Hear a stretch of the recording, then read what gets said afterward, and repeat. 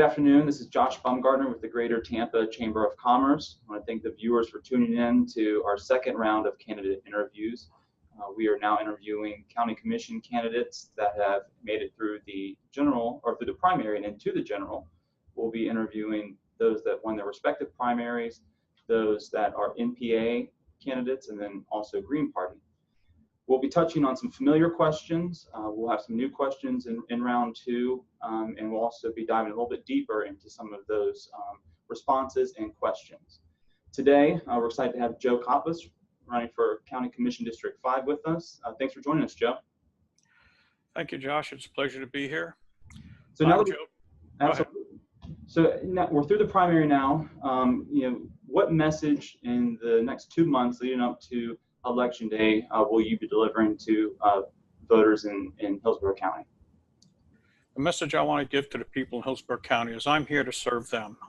I work for you. They don't work for me. What I'm bringing to the table in the county commission is I'm bringing experience, I'm bringing hope, and more importantly, I'm bringing wisdom. I have a lot of wisdom that they can use on the county commission. Perfect. In our first round of interviews, we touched on the transportation referendum, which we will get to in a little bit.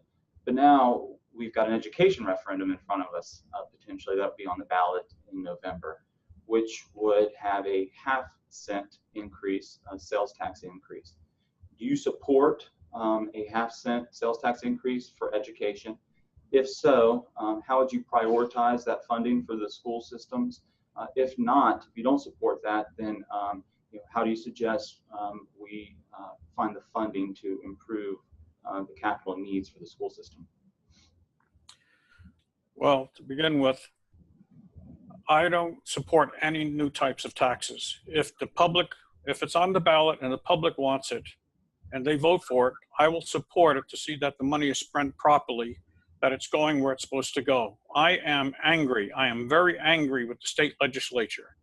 What they have done is they have robbed the people of Florida. The legislature has literally robbed the people of Florida.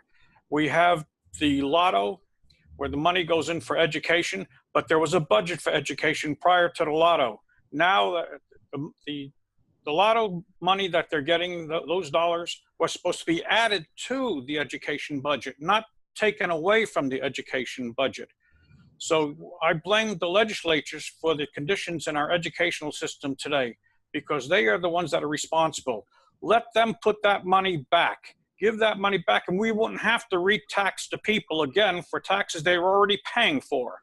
This is a crime. To me, all of those that did this back then, they should all be locked up. That's my opinion. We're going to stick it on that for a little bit. We'll segue into the legislature and some of the impacts it may be having on local governments. I want to talk about Homestead for a little bit. If the Homestead exemption in November is supported by the voters and there's an increase in that Homestead, there's certainly going to be a loss to county revenue. Some of those projections are $28 to $30 million annually that would be impacting the county's budget. If elected, how would you then reprioritize funding within the budget, a big responsibility, maybe one of the biggest responsibilities of a county commissioner, with that loss of revenue?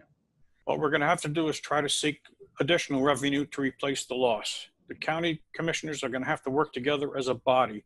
We're going to have to come up with sound ideas. It's not just something that we can pass by. We can only cut so much out of the budget. We can only do so much with what we have to work with. We have to see that we're working with it wisely and in a manner that is going to serve the needs of our community. We're going to have to increase. We're going to have to encourage more businesses to come into the community. We're going to have to attract major corporations, so we can build a bigger tax base. We're going to have to look at what we have and what we can do. There is so much still out there available that hasn't been tapped on, and we need to go after that. We need to look at it. And we have industries here in our community that we can rely on to help increase the tax basis. Perfect.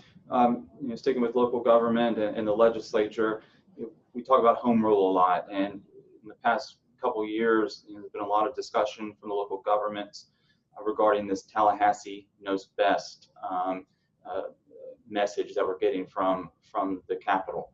Do you agree that there is an attack on local governments, that home rule is being threatened? If so, how would you as county commissioner try to work to establish a productive relationship as a county commissioner with our state delegation in Tallahassee? Well, we're very closely with the state delegation because yes, I do believe that we're being threatened. We need to control our own destiny. We don't need Tallahassee or Washington or anybody to tell us what to do. This is our community. We know what goes on. We know what we need better than anybody else. And we need to work with the legislature. I need to work with them, work with our delegation, even if we have to go up and lobby ourselves. We need to stand up and fight for what is right. And that's the whole thing. We need to put a backbone behind all the commissioners and stand up for what is right. So I want to talk a little bit about the transportation referendum as well. Last time we were in this interview, pre-primary, they were still working to get the petitions and signatures. Well, they accomplished that. It is going to be on the ballot now in November for a full cent increase for transportation improvements in Hillsborough County. You mentioned earlier that in this interview you're not supporting any new tax increases. Would that be the same for the transportation tax? And if that's accurate, and you would support that, then how do we fund the transportation needs in this community?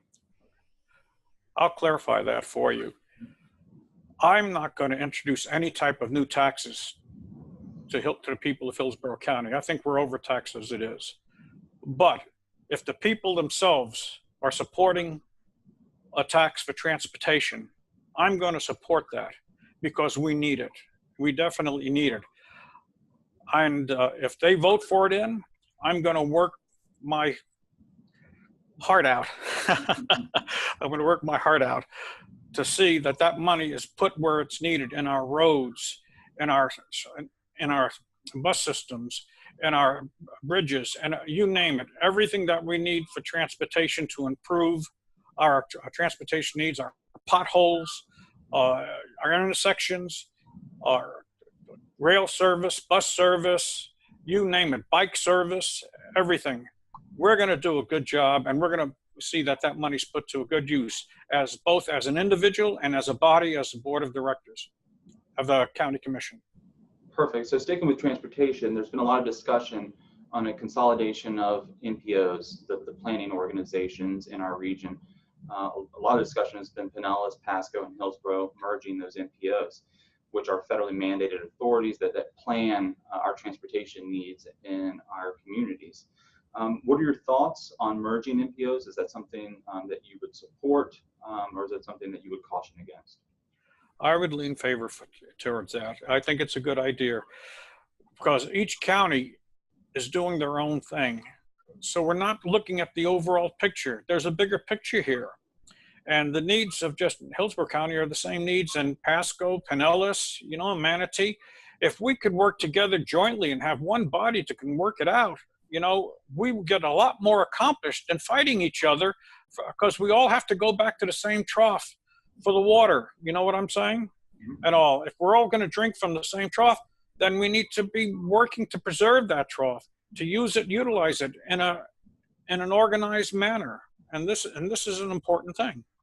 And so, yes, I support a central that would take in all the communities, and we can work together jointly, because what we have had for decades is each community fighting against the other community. We're not really cooperating with one another. We smile at the meetings when we meet, but don't step on my turf. And this is the point.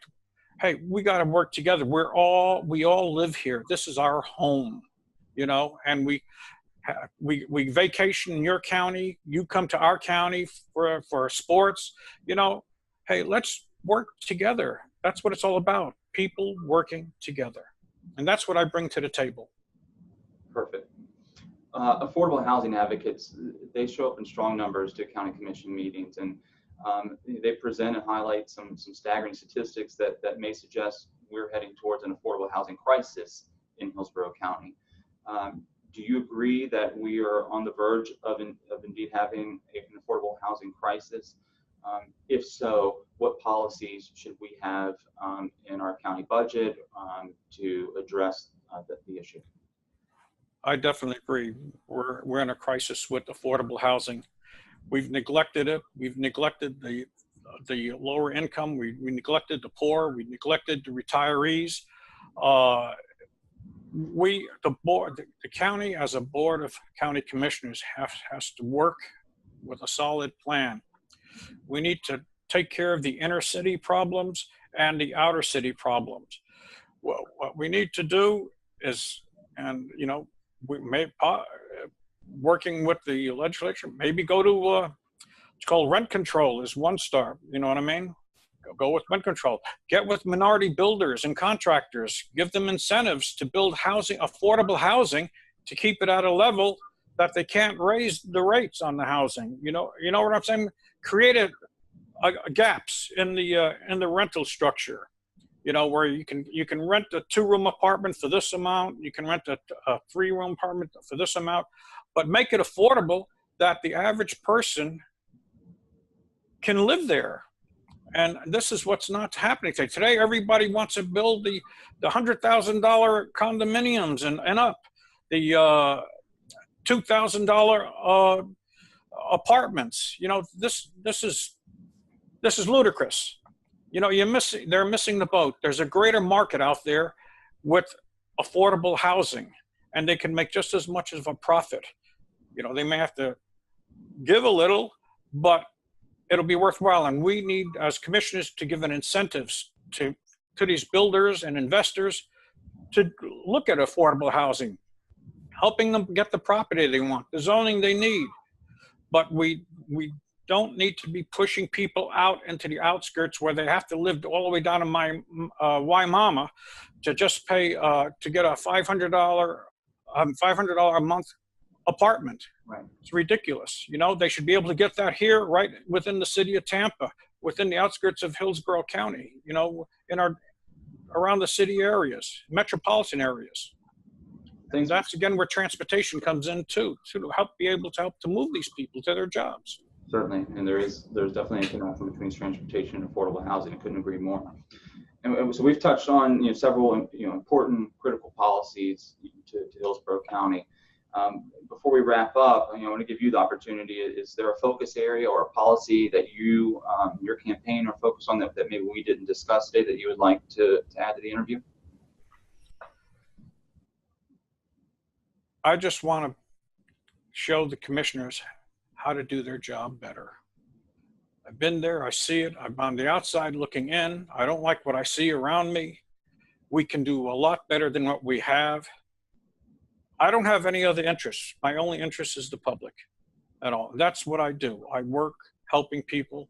You have a problem, come see me. We'll work on your problem together. If it's something I need to take to the board, I take it to the board and try to convince my colleagues we need to support this issue. We need to help this person. That's what it's all about, people helping people. We seem to have forgotten about that at all. And it doesn't matter if you're on Social Security or you own a major corporation. If you need help, I'm here to help you. And if those people and if our members want to find out more about your campaign, where should they go? They could go to Joe Kotvas Cares on Facebook. It has all the information on my campaign. You can go to the Supervisor of Elections website. It tells about the candidate and my background and all. And if you go to YouTube, there are several videos about myself on YouTube if you just type in Joe Kotvas and all. And there's a lot of information out there about me. Some of it negative, a lot of it positive. It all depends on how you want to look at the picture and how you want to take me. Okay. Well, thank you for that. And on behalf of our 1,400 members, our board of directors and the chamber, we appreciate you throwing your name in the ring and running for office. And thanks for joining us. Thank you so much for having me. Absolutely.